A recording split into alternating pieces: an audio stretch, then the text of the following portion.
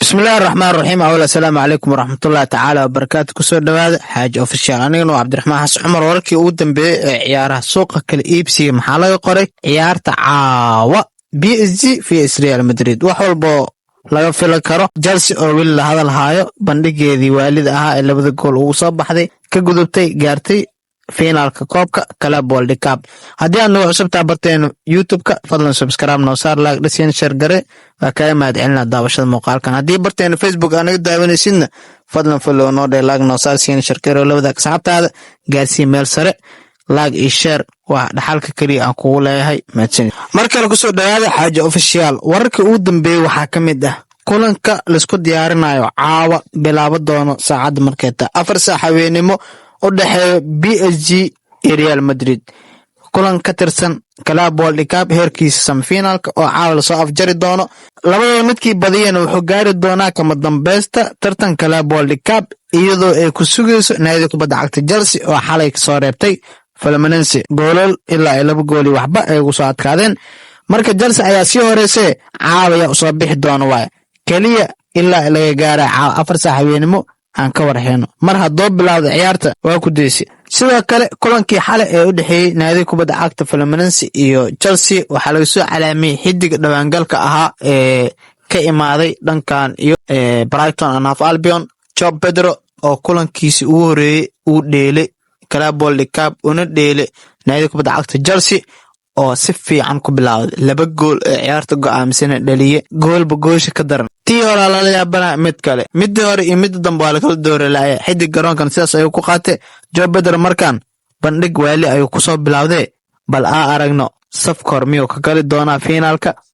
seasonka soo socda Premier League. bandhig noocee ayuu ka sameey doonaa. sidoo kale wararkeena waxaa ka mid ah xidigii hore ee naadiga kubadda cagta Leicester City iyo xulka qaranka Ingiriiska oo dhawaanba soo gabagabeeyay muddo dheer uu joogay naadiga kubadda cagta Leicester ayaa lagu soo waramayaa in markan shaashad u saaran tahay naadiga kubadda cagta Manchester United maadaama weeraryahanno ay raadinayso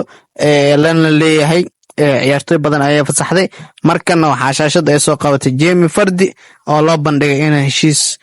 beeca xorta ay ku qaadato. marka waxaa leeyahay Jamie Vardy markan ma wax ma u tari doonaa Manchester hadduu ku biiro indhaha caalamka ayaa wadahayo Manchesterna ma qaado doontaa waay haddii haa noqoto maadaama Yogeris iyo dad badan ay laadahay ay raadisay weeraryahan weyn haddana suuqa ka indhaysanaynin. Vardy ma ku dabooli kartaa baahida ka haysta dhanka weeraryahanka ee seasonka soo socoto maadaama Konya ay qaadato Mbomana weli oo lagu rajawan yahay. sidoo kale Hojland iyo Rashford Sancho baaydan la diray. marka hadda Vardy ayaa leeyahay wax walaa ma ka heli kartaa ma qaado doontaa. sidoo kale isla Manchester haddii ku xijino xidig kooxda kubadda cagta Manchester United ee xulka qaranka Ingiriiska Marcus Rashford oo awgeyn in laga fasaxay xerada tababarka ee naadiga asigoo la dhahay naadi raadso. hadda ayuu bartiisa soo dhigay in isdiyaarin iyo iskuleen uu ku jiro si uu dib ugu laabtay naadiga kubadda cagta Manchester United. wax walbana Amiro agtiisa ka soo dhamaadeene naadi raadso ayuu dhahay isbuuc iyo 2 isbuuc ayuu siiyey in kugu filan naadi ku soo raadso fasaxaan iga tahay aabay u soo laabanin warkiisu waa cad yahay. sidoo kale wararka waxaa ka mid ah Luka Modric ayay noqon doontaa kulan ka tirsan kulamadii ugu dambeeyay ee ciyaarista naadi kubadda cagta Real Madrid haddii uu gaaro finaalka. kulanka finaalka ayaa u dhinaa doona haddii caawa ay noqoto in la reebana waa kulankiisii ugu dambeeyay uu ciyaaro naadi kubadda cagta Real Madrid ka hor ku biirista naadiga ka arrimiso San Siro iyo horyaalka Talyaaniga ee AC Milan. marka Luka Modric macsalaamin ayaa loo sameey doonaa haddii caawa sidaas uu ku haro wuxuuna aadi doonaa dhankan iyo Talyaani soo ugu biir naadiga kubadda cagta AC Milan. macsalaamu Luka haddii nasiibkaaga finaalka uu yahana waa arki doonaa oo finaalka ay gaari doontid. markana naadiga kubadda cagta Liverpool maxaa loo kala ordaya nin walba muxuu rabaa inuu heshiiska baa xorta ugu baxa. Ibrahim Konate ayaa lagu soo waramayaa inuu diiday wax qandaraas kordhin ah asigoo la ogyahay in qandaraaskiisa 12 bilood ugu hartay oona rabo inuu ka tago naadiga haddii kale mushaar fiican in loo sheego. war maxaa 120 milyan 130 milyan 150 milyan ciyaaryahan ku rabtiine ama xali kartiin daafacan birta ah. war faantaaj ninka ku nool yahay ninkan waa Ibrahim Konate. waxaa la arkaa in Arnold wadadiis oo raaci doono maadaama fans Real Madrid oo yahay ayaan dhaxas mar weerarsi laga qaadayan uu ku sheegay mar uun inuu doonayo inuu xirto fanaanada cadcadka marka Arnold iska raaca ninkan saas u fahmay haddii kale heshiiskiisa la dedejiyo waa diidaya la heshiisa u bandhigeen ma aqaan qoonda yar mushaar yar siyar ma ogi iyadoo ciyaartooy badan oo ka mushaar badan yihiin Johan Salah Van Dijk wis ciyaartooy badan ka mushaar badan marka asigana hadda mushaar fiican oo dalbanaysa ila tahay darbigan waa bixrawa iyadoo naadi Premier League ka tirsan iyo nigu wareegin waata qalqiila ku jirtiin Liverpool ama ninkan heshiis cusub ka saxiixda sidoo kale waxaa ka mid ah wararka baraha bulshada ee sports kesto Jamal Musiala ayaa soo hadlay kadib dhaawac ka soo gaaray kulankii PSG ee u baxayeen Bayern Munich kulankaas ayuu ku dhaawacmay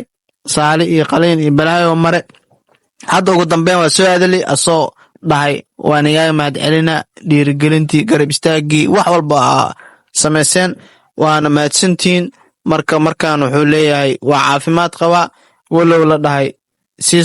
sanadkan 2025 inta ka dhiman inuu banaanku soo laabo doono lama maleeyo ilaa December inuu jira laga yaabaa October November December August meelahaas haddii waxna 2025 waa dhameysana waxaa la arkay xataa saaxiibkiisii xidigii ka dambeeyay inuu dhaawacmo Gianluigi Donnarumma xidig golaayo waa naadi kubadda cagta PSG oo isbitaalka ugu booqday xataa mala la arkay marka soo kabasho degdeg ah ku wareejinayna ay leeyihiin dhamaan ciyaartooyda Neymar ilaa naadi kubadda cagta Bayern Munich sidoo kale wakiilka ciyaaryahanka weerarka uga ciyaar naadi kubadda cagta Real Madrid iyo xulka qaranka Brazil Enrique wakiiladiisa ayaa lagu soo waramayaa inay ka hadleen arrimaha la xiriiro bixitaanka Enrique oo ka tagay naadi kubadda cagta Real Madrid waxba kama jiraan ay leeyihiin seasonkan Real Madrid ayuu ka sii tirsanaa doonaa wax walba oo dhacana Real Madrid kama tagayo booskiisa ayuu dhacsanaya Xavi Alonso inuu position siyaal rajina marka waa la beeniyay wax walba ku saabsan bixitaankiisi ku beeristii naadiyaal ka tirsan heerkan Sacuudiya ama Talyaani inuu aado ama Premier League dhinaciisa ka soo galo waxaas dhan waa la beeniyay sidoo kale waxa shaashada caalamka hadal haya Arda Güler iyo caawa kulanka PSG wuxuu ka sameey karo Arda Güler oo ogaan bandhig waali inuu ku jiro sida uu maaday naadiga kubadda cagta Real macallin Xavi Alonso in bandhigiisa high level oo yahay leena behelayo goolal caabinayo bandhigiisa ciyaarta game changer yahay playmaker yahay waxaasoo dhan waa u fadhisa ayaantan marka caawa waxaa looyaa sidoo noqon doona caawa shaashada hayso Arda Güler dad badan Arnold waxaasoo dhan caawa Hodgson ka maqan ilaa Hodgson daaficiisa asina waa la fiirin lahaa roosoo qaatay laakiin aqli badan waay roosoo qaatay ninkaas waa lagu tijaabi lahaa dadkaas oo ordaay Kvaratskhelia iyo Dembele iyo Barcola iyo dad badan ku tijaabi lahaa laakiin waa baxay roosoo qaatay nin aqli badan waay marka waa arkeen haddii final ciyaarta ay gaarto oo dheel doona kulanka Chelsea laakiin hadda waxaa leeyahay ma joogo Arda Güler iyo Ashel waa marka Xavi Alonso sida ugu baxsan doono naadiga kubadda cagta PSG waa inuu caawiyo PSG Real Madrid intaas iyo amaana Allah haddii aad noo cusubtahay channelkeena Facebook follow like share noo caawi barteen YouTube ka daawanaysid subscribe like share commentiga noo dhiirigeli halka dhaxala kugu leeyahay like taas iyo subscribe taas saar please